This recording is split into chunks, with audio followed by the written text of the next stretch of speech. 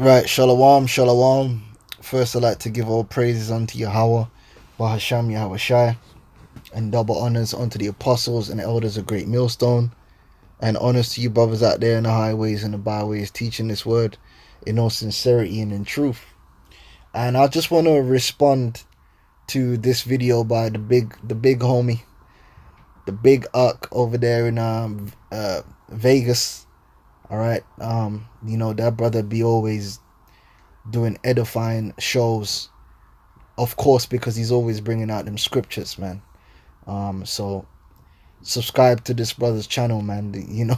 You're gonna be edified. All right, that's which is the main purpose. Edification. All right. And I'm just gonna respond to watch this video because he's already went all up into this, but I want to speak on a few points dealing with the Sakari and dealing with the Zealots, and just to show that Yahawashi was Yahawashi, man, and what Yahawashi represented was the truth. And what Esau does, man, I mean, the name of the video is Yahawashi was not a black identity extremist. What Esau tries to do is basically tries to categorize people. He tries to control narratives using terminologies, right? Like conspiracy theorists and shit like that, just characterize people, put you in a box according to his terminology. That being said, I mean, why you would want to embrace this new term that he's made up called black identity extremists, I have no idea. All right, we are trying to no longer be marginalized and characterized by this terminology known as black, right? And when we sure as hell are not going to be characterized by the term extremists, and especially not black extremists, especially when we know that Esau's using it as a weapon against us. Now, does that mean that Yahawashi ain't going to come back and Esau ain't going to be destroyed? Because no, but we still have to apply wisdom in life as it is written. Let's get Matthew's the 10th chapter.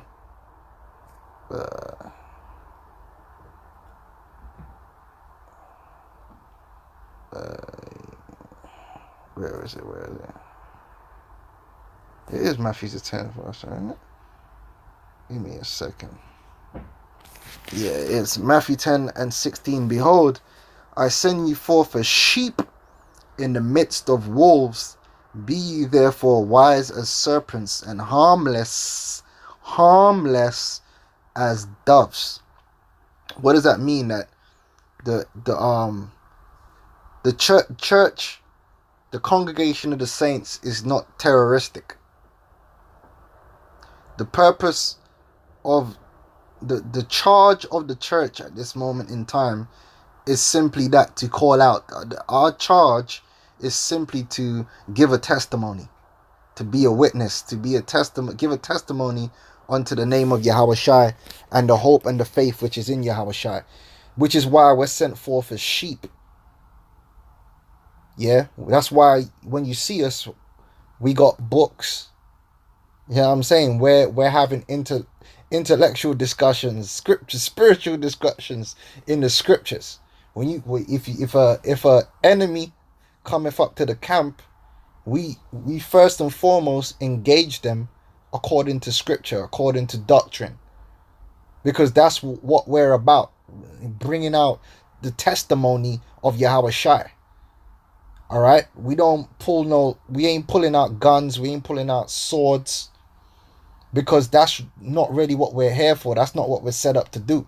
If we were set up to do that, we would have already done that. We would have already prevailed already. What we're set up to do right now is to teach the word, to defend the gospel. All right. Now, to a lot of guys, that's not cool. It's a bit bookwormy. It's a bit nerdy. I understand. You want to be a ninja. You want to throw flying stars and daggers, and you want to be Ninja Assassin and One Punch Man and G.I. Joe, Blade.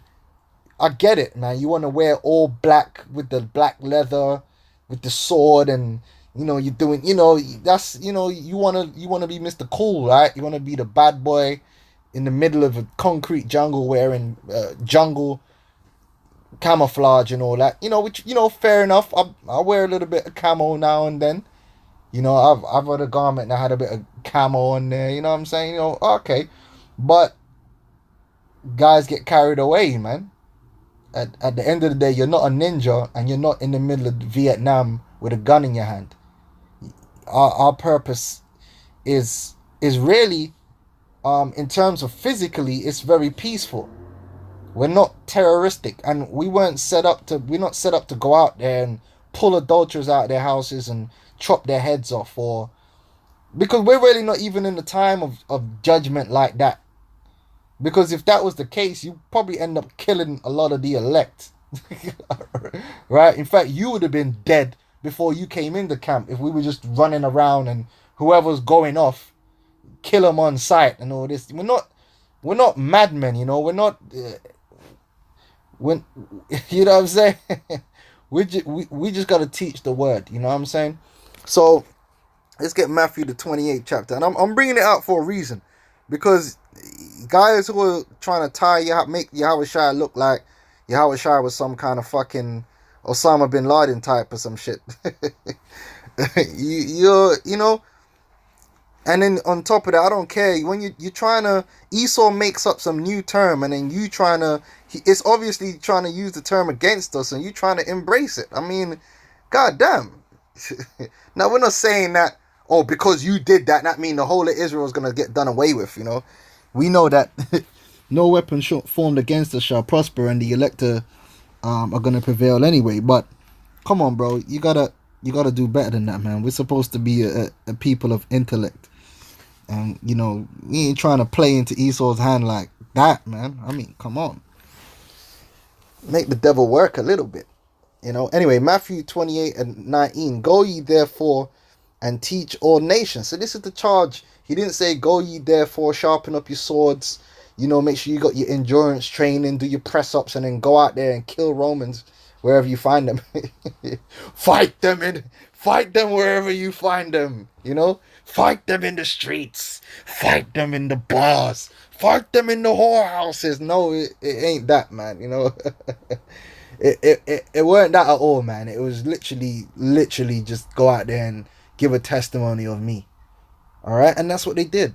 That was the charge. It says, go ye therefore and teach all nations, which are Israelites, by the way, scattered among the nations, baptizing them in the name of the Father and the Son of the Holy Ghost, right? Teaching them to observe all things whatsoever I command you, right? So the charge we're under until he comes. Until Yahawashi returns, we're under a particular charge, a mission that he's been given us. He didn't give us the mission to go around acting the fool and disrupt society, burn, set up roadblock. There's some mad yardies, like, like turf war, and set up a roadblock, block the road. You know what I'm saying? And start flinging Molotov cocktails, demanding more fringes and all this, That's not what it is, man. All right. And lo, I am with you always, even unto the end of the world. So all we got to do right now is fulfill our obedience, try our best to keep the laws to the best of our ability. Love the brotherhood, go out there, teach, fish for the elect, rebuke our people, prophesy what's in the scriptures. So, hey, part of that is prophesying the downfall of this man's society. But what we're doing is prophesying. We're being spiritual.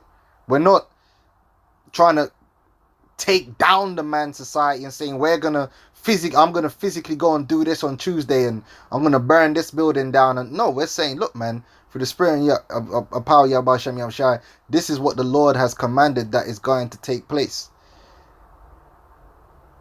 All right. Hold on, let me close this window, because, boy, I don't want to get bite up tonight. Yo, I'm only human after all. Angel or nothing, man. We're subject to the things of this world, boy. You get mosquito bites and all that, even in the ninja costume. But anyway,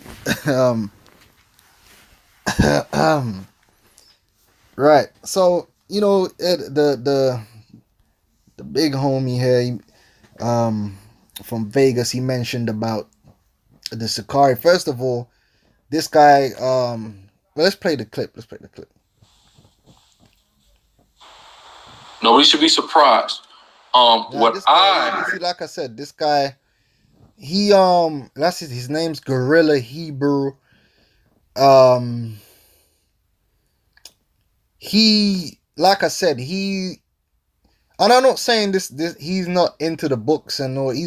He studies, man. This guy, I'm not gonna say he completely wings it out here, because he does study the scriptures. But the thing is with him is like he's bought into like a gimmick which has put his spirit off balance, man. And he's basically thinks being a militant is cool, you know. And that's what it's the same thing with ISUPK. A lot of guys join ISUPK because they wear the boots and the full suit are black, like they're, you know what I mean? And it's all cool, you know, looking like Blade and shit. You know what I mean? You know what I'm saying? And I'm the Gorilla Hebrew. No, you're not. Okay, you're not Guerrilla Hebrew, because you are not fighting guerrilla warfare. Yeah, guerrilla warfare is we know what guerrilla warfare is. We're just teaching the word.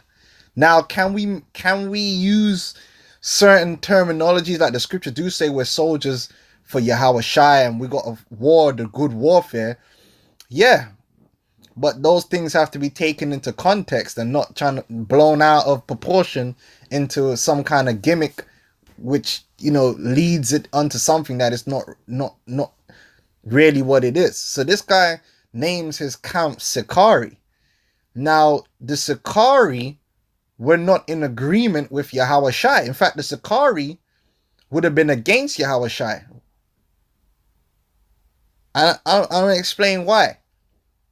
Right? See, Yahawashi, when Yahawashi came on the scene, Israel was split into different political movements. Yahawashi really wasn't in agreement with any one political movement. You had to be in agreement with Yahawashi because he had it right 100%.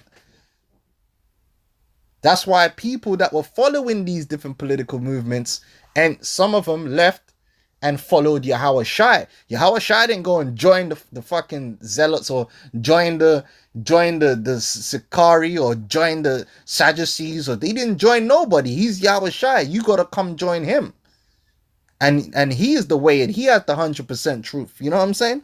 But this guy's calling himself the Sakari. The Sakari weren't with Yahawashi. They would have deemed Yahawashi to be basically weak. You know, they would have deemed him to be a punk. And I'm gonna show you why I'm saying this. Because the Sakari were dead set against sedition against the Romans, so much to the point they were running around putting Israelites to death. All right, now at that we weren't in the time of that. That shows you they weren't spiritual, because there's a time, like when Phineas put that youth to death. There's a time and a place for all things, man, and it weren't the time back then to run around and be doing things like that. But let's play. What it really is prompting this lesson tonight is the way certain Hebrew Israelites are reacting to this term. Okay? Quite frankly, some of you niggas are scared. Right. I'm seeing you niggas shaking it. The big bad Sakaris. Oh boy. Tough guys. Shivering in your boots, and you don't know what to do, and you're exposing how much you don't really believe in this Bible. That's what it boiled down to. So we're going to prove that Jesus Christ, who you call Jesus Christ, whose real name is Yahawashi, Hamashiach, we're going to prove that he is a black identity extremist. Now, why would we want to even prove that? This is a terminology that the so-called white man has pulled out of his ass, and now we're going to play his game? This is how Esau controls narratives, man. All right, but anyway, you know, let me get the point I'm gonna make here. Like zealots, all right. Now, you had four sects according to Josephus during the time of our Lord. You had the Sadducees, the Pharisees, the Zealots. What was the other one? Sadducees, Pharisees, Zealots. There was another one. It slips my mind. But it says the Zealots were a political movement in the first century Second Temple Judaism, which sought to incite the people of Judea province to rebel against the Roman Empire. So you gotta understand, you had the Pharisees, you had the Sadducees, and then you got the Zealots. Now the Zealots were actively engaged in inciting the people to physically rebel against Rome, whereas the Pharisees and the Sadducees, this wasn't their charge. This wasn't part of their policy. That's where you get politics. The word politics comes from policy. It wasn't a part of their policy to do so. And you'll find that many of the zealots were really from poorer, persuasion, if you know what I mean. All right. And a lot of the Pharisees and that were from more of a higher up in society kind of thing. All right. And there were different reasons for why you had one set that were dead set on like, basically giving Rome hell, and one that wasn't. One of the reasons, and a good film to watch is the new Ben-Hur. You had back then, let's get the scripture, man. Kingdom of heaven suffereth violence.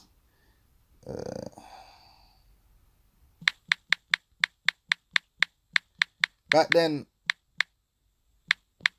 when Rome came in and took us down, man, they took us down with slaughter. No.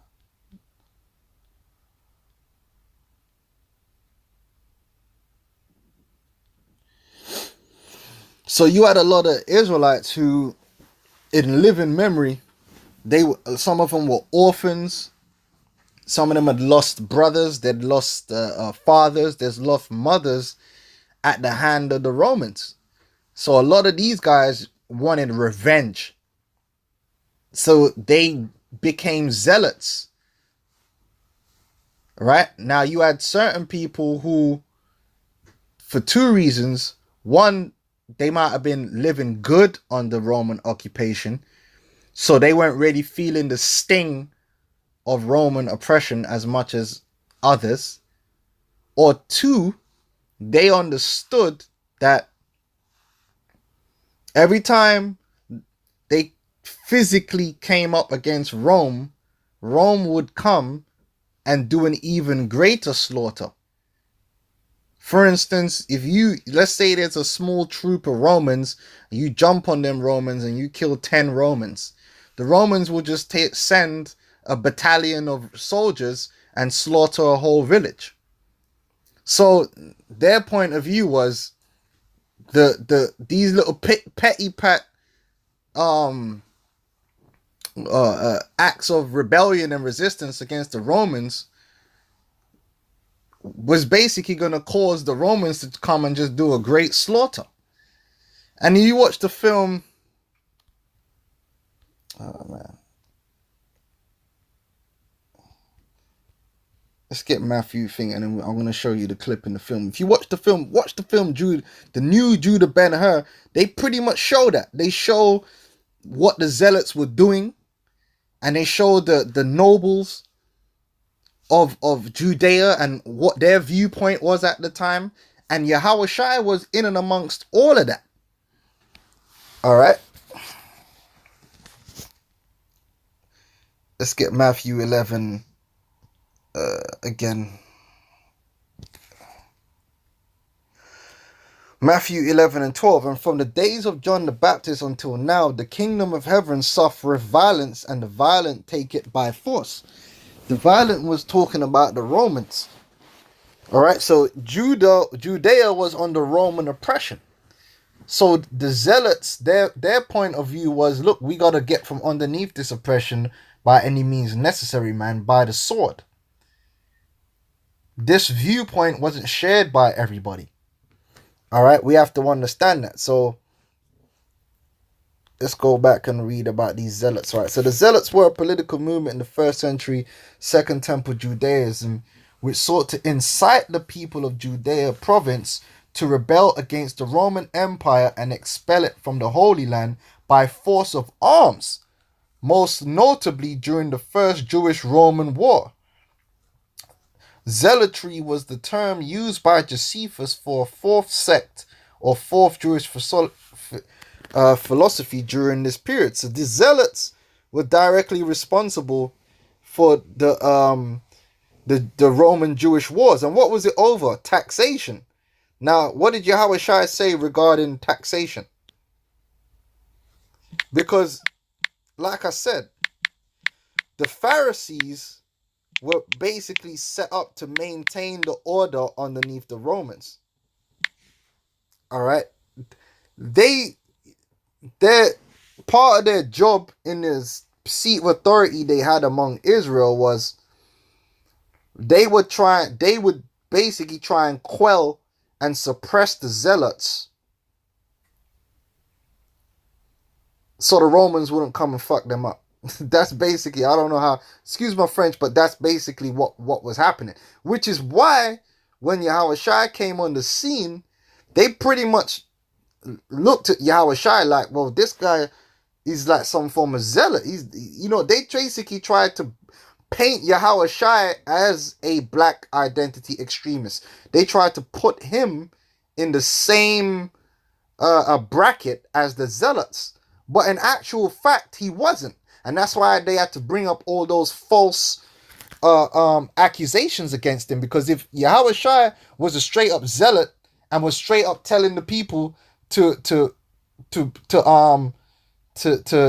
rise up against Rome and kill Romans and was actually doing that, don't you think they would have charged him with that and he would have got dealt with on the Roman law? Of course he would have, man. You know how the Romans deal with sedition. But Yahawashi wasn't doing all that. Now, when the Pharisees, the wicked Pharisees, they tried to deal with Yahawashi on that level, what happened?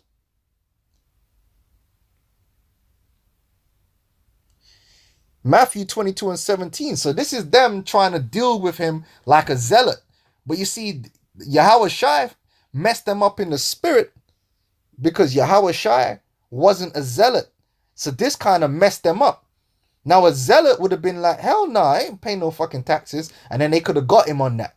Oh, okay, see, this guy's one of them zealots. He's seditious against Rome, Matthew 22 and 18. But Yahawashi perceived, okay, this starts from 17. Tell us therefore, what thinkest thou? It is lawful to give tribute unto Caesar or not? So they're trying to basically tag Yahawashi with this black identity extremist, seditious type, Sikari / zealot shit that was going on. You got to understand, you literally, when you're reading the scriptures, man, you have to understand the social and the political issues of the time in order to understand where certain people were coming from. This is why the Pharisee, the wicked Pharisees, they're like, how can we get rid of Yahawashi? Well, that's easy. We gotta deal with this guy like how we deal with zealots. We gotta paint him out to be a zealot. And a lot of them were ignorant enough to believe that Yahawashi was gonna pull off some kind of zealot, set up some kind of zealot type rebellion. It tells you that in John the 11th chapter, that they were scared of that too. But that's not what Yahawashi had come to do at that time. He never come to spark no mass rebellion against Rome. And just teach the word. All right? And Paul addresses all that, man. I mean, I know I'm waffling on a bit, man, but this is all the thoughts and the information that's popping up from watching the brother's video. Now, it says, but Yahawashi perceived their wickedness. Yeah, because basically they were trying to set Yahawashi up. We gonna make this guy look like a terrorist. We gonna make him look like he's seditious. We gonna make him look like he coming up against Rome, and then we gonna use that to get him. We could go to the Roman governor and say, look, this guy is teaching people not to pay taxes. Of course, the Roman governor be like, what the fuck? And he would have come and tried to, you know what I'm saying? Be like, hold on, what do you mean? You understand? Because that would have been very seditious. It says, why tempt ye me, ye hypocrites? Shew me the tribute money. And they brought unto him a penny. And he saith unto them, whose is this image and superscription? And they say unto him, Caesar's. Then saith he unto them, render therefore unto Caesar the things which are Caesar's, and unto God the things that are God's. When they had heard these words, they marveled and left him and went their way. Meaning, they didn't have no case. Now that's the Lord bust their case. Here it is. You got guys trying to reinforce the case. Trying to, you know what I'm saying? Y'all was trying to bust the case. Like, nah, man, you trying to get me or nah? Nah. Hey, pay your taxes, man. Now a zealot wouldn't have said that. And the zealot hearing that might think, well, what's going on here? Like, I thought you meant to be the Messiah. You telling us to pay taxes? Yeah. That's why a lot of the zealots didn't follow him. But the zealots that were spiritual, they followed him because they understood that this is now transcending politics and all that crap. This is the real right now. This is the truth. This is the way. Yahawashi is the way. Zealotism wasn't the way. Phariseeism wasn't the way. Sadduceeism wasn't the way. The way is Yahawashi. So we got to go with what Yahawashi is dealing with. All right. I mentioned John the 11th chapter. So let me get that. John 11. Now listen to what they say right here. That's what I say. Watch that movie Ben-Hur, the new one, not the older one with Charlton old ass Heston, the new one, right? And it's a good film. And in that film, pretty much the Roman that was adopted by that so-called Jewish family, he would have probably had to have been an Israelite, scattered among the Romans, if you watch the film. But anyway, John 11, verse 47. All right. Let's start from 45. It said, then many of the Jews which came to Mary and had seen the things which Yahawashi did believed on him. But some of them went their ways to the Pharisees and told them what things Yahawashi had done. Right? Now, the Pharisees were the main power group in Judea. And one of their jobs as part of the authority in Judea was to control the people, to stop acts of sedition against the Romans. All right. It says, then gathered the chief priests and the Pharisees a council and said, what do we? For this man doeth many miracles. If we let him thus alone, all men will believe on him, and the Romans shall come and take away both our place and nation. Showing you they had no understanding. That shows you they had no understanding, man. Their wisdom was blinded, because if all Israel had followed Yahawashi, the Lord would have delivered Israel out of the hands of their enemies. Okay? But they were looking at this carnally, like this was just another a man, and he was trying to set up some form of sedition, and basically 70 AD was gonna happen. That's basically one of the things that the council was worried about. They were worried about getting 70 AD'd. All right, because they were very fearful of the Roman Empire and the wrath of Rome, but they weren't spiritual.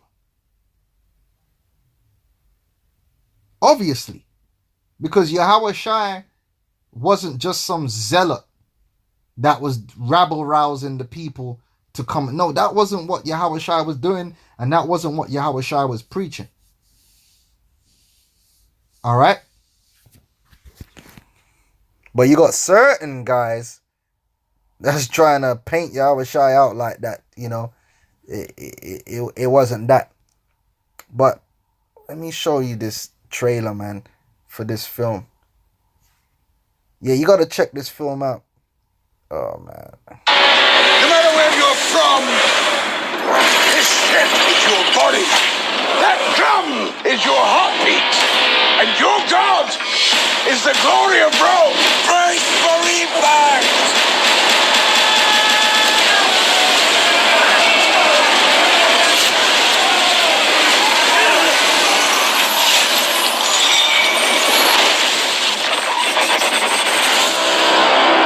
How long were you a slave? 5 years.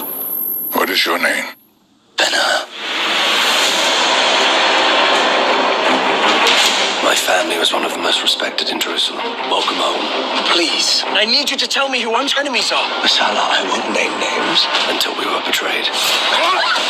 By my own brother. Yeah, so, you know, I don't want to give the whole film away, but basically he ended up taking in a young zealot, and the dude went hard and tried to kill one of the Roman soldiers, man. And what happened? A slaughter. You know, and like I said, you watch the film, they've studied that time. You know, it's like a period piece. So they've studied that time and what was the politically was going on in Jerusalem at the time, man. And they show you what was going on between the zealots and the Pharisees and the nobles and whatnot. So I don't want to play too much of this trailer because I don't want to get stung by some bullshit. But that's that. Now let's go back to this thing on the zealots. There we go. Okay, so the Essenes, that was the other one. History. Josephus' Jewish Antiquity states that there were three main Jewish sects at this time: the Pharisees, the Sadducees, and the Essenes, which they're all mentioned in the scriptures. The Pharisees and the Sadducees. This is real. This is real. It's in the scriptures, man. Yahawashi was dealing with all these sects. The Zealots were a fourth sect, and he dealt with them too. And a lot of his followers came out of the Zealots, but they had to leave that zealotism behind. You know what I'm saying? Because the Yahawashi went with that. The Zealots were a fourth sect founded by Judas of Galilee, also called Judas of Gamala, in the year 6 CE against Quirinius' tax reform. So what did the Zealots use to rouse up the people more than anything? Taxes. Right? They used the taxes to rouse the people up. Did Yahawashi do that? No. Because Yahawashi's intent was not to rouse the people up to pick up arms and fight the Romans. His intent was to bring the hearts of his people back to his father. You understand? It's a difference. Shortly after the Roman Empire declared what had most recently been the Tetrarchy of Herod Archelaus to be a Roman province, and that they agree in all things with the Pharisaic notions, but they have an inviolable attachment to liberty and say that God is their only ruler and Lord. So they were like, well, we agree with the Pharisees on a lot of things, but we can't accept Roman rule. Right? Well, you had to accept it in a way. In terms of you have to understand that you're in captivity until such a time as Yahweh Shem Yahawashi deem it that you be delivered. And that's the balance. Do we love Rome and want to be under Roman rule forever? No. But do we disannul the will of the Most High? No. We gotta be in tune with the Spirit.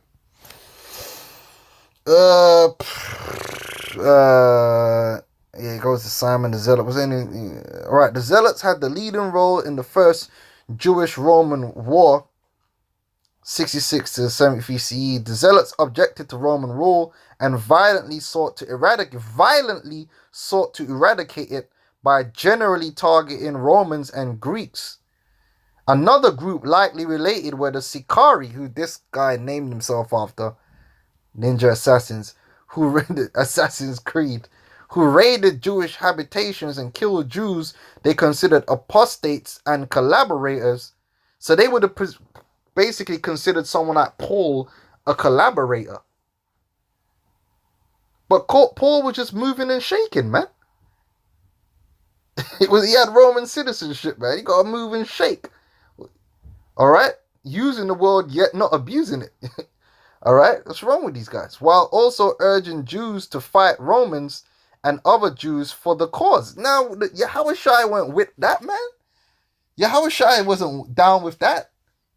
He said, be wise as serpents and harmless as doves, man. Now, that's not saying, if an Edomite come up to you and he punch you in the face, man, in a certain instance, you can't defend yourself. But there's certain situations where the best thing to do is chill. Like if two cops roll upon you and one of them beats you in the head with the billy club, the best thing for your ass to do is humble yourself, man. Because you better turn the other cheek, because that's, you fight back thinking you one punch man, G.I. Joe, one man army. They gonna put bullets. There's no ending unless you think you're Samson or something, and the spirit's with you to launch a one man like army situation against Esau. You're gonna get gunned down, man. So it's better to take a couple blows and live to see another day, man.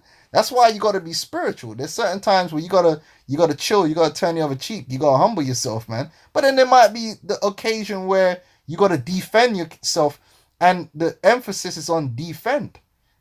And if you're gonna defend yourself, you better do it within the confines of the law. All right. Otherwise, you're gonna find yourself on an assault charge. You gotta be smart, man. At the end of the day, all right. There's no benefit to being locked up in the slammer or being 6 foot under, man. All right. A living dog is better than a dead lion, man. All right.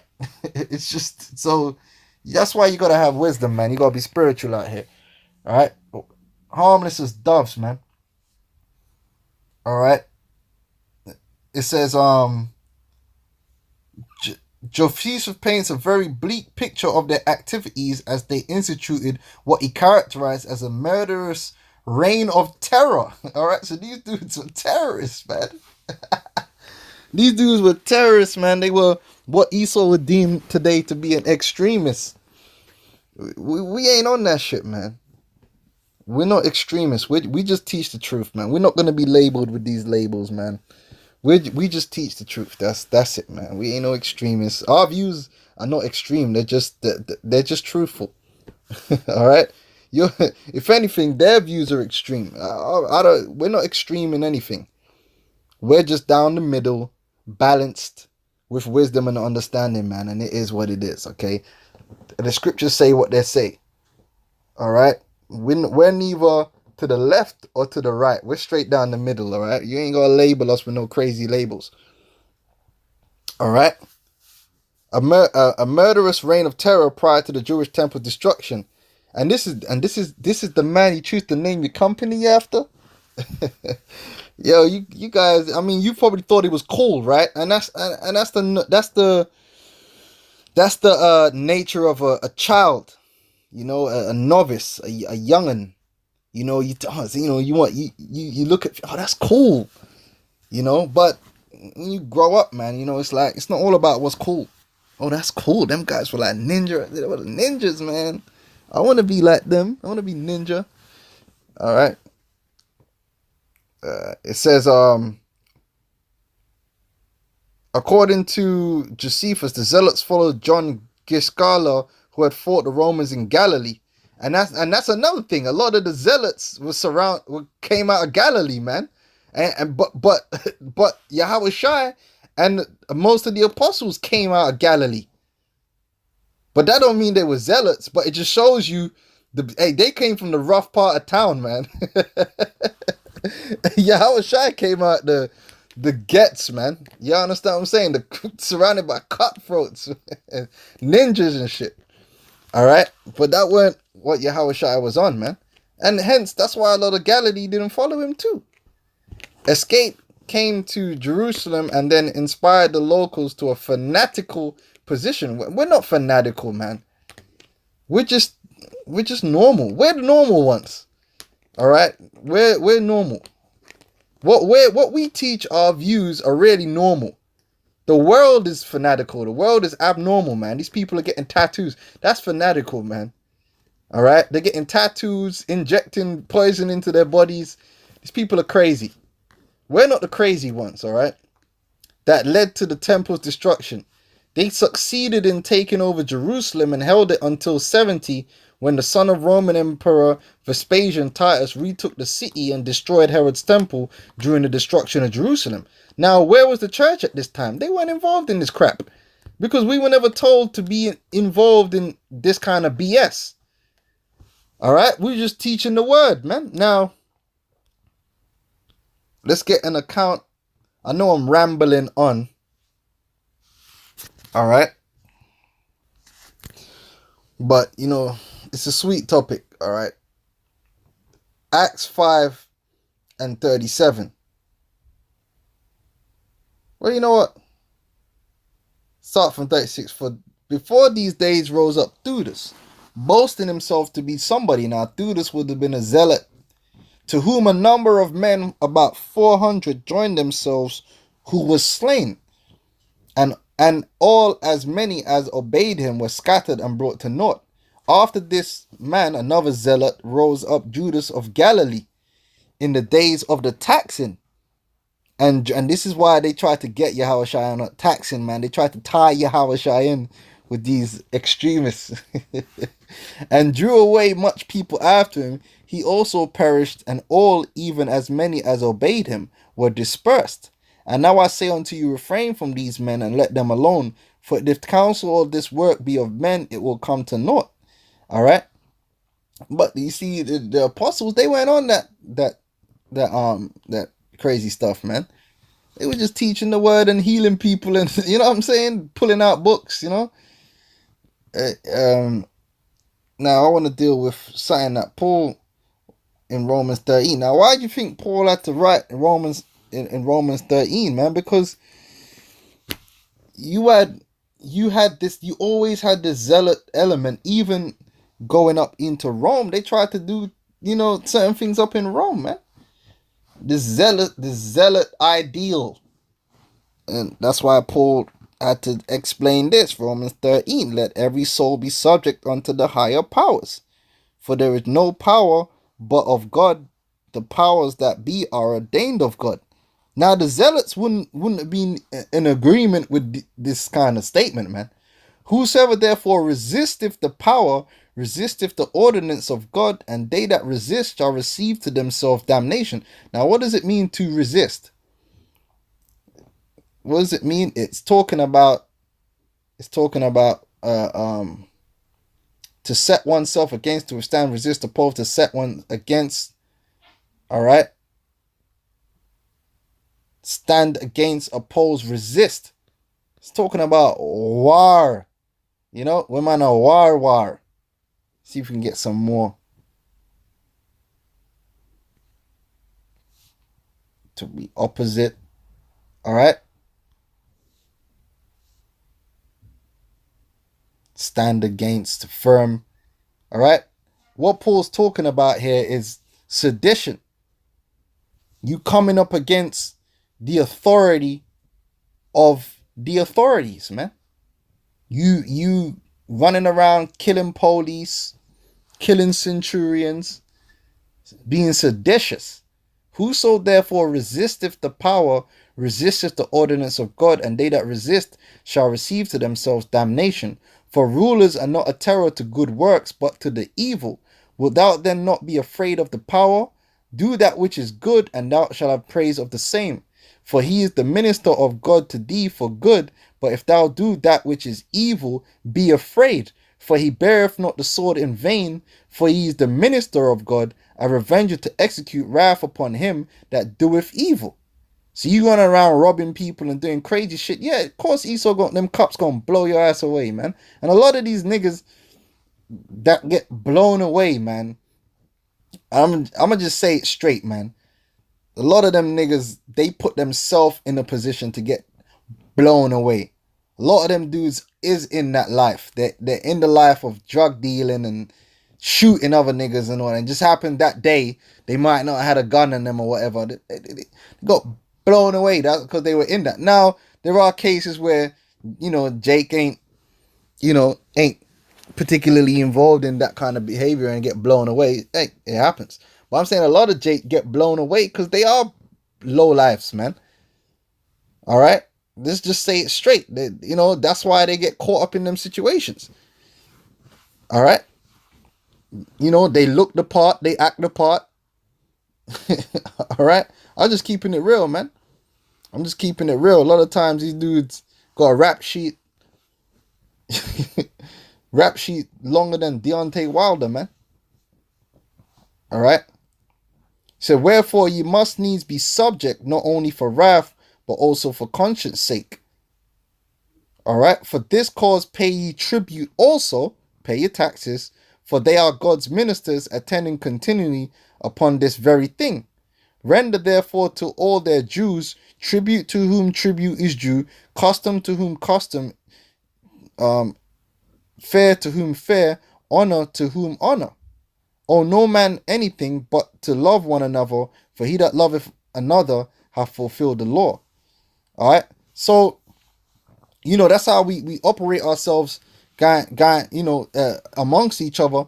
But then even when you're dealing with this man's society, man, if you get a fine or whatever, now if you could fight it according to the law, then fight it. If you can't fight it, then you're gonna have to pay it. It's simple as that. If they say don't drive without a license, then don't drive without a license, man. Get your license if you want to drive. Because if you get caught up, Esau, man. Well, no, you were told you can't drive without a license, man. You know what I'm saying? Like, you gotta be wise, man. We're under his authority, man. We gotta follow his rules and regulations, man. What are you, some kind of anarchist? All right. So that's why Paul had to address certain things in Romans 13. Now, that's not saying Esau passed the law. Now you got to bow down and worship Baphomet. You're going to do that. That's when you got to have wisdom, man. But these things needed to be addressed back then because this zealotism was rolling around. And it's just disingenuous for this guy, Sakari. We're going to prove that in fact.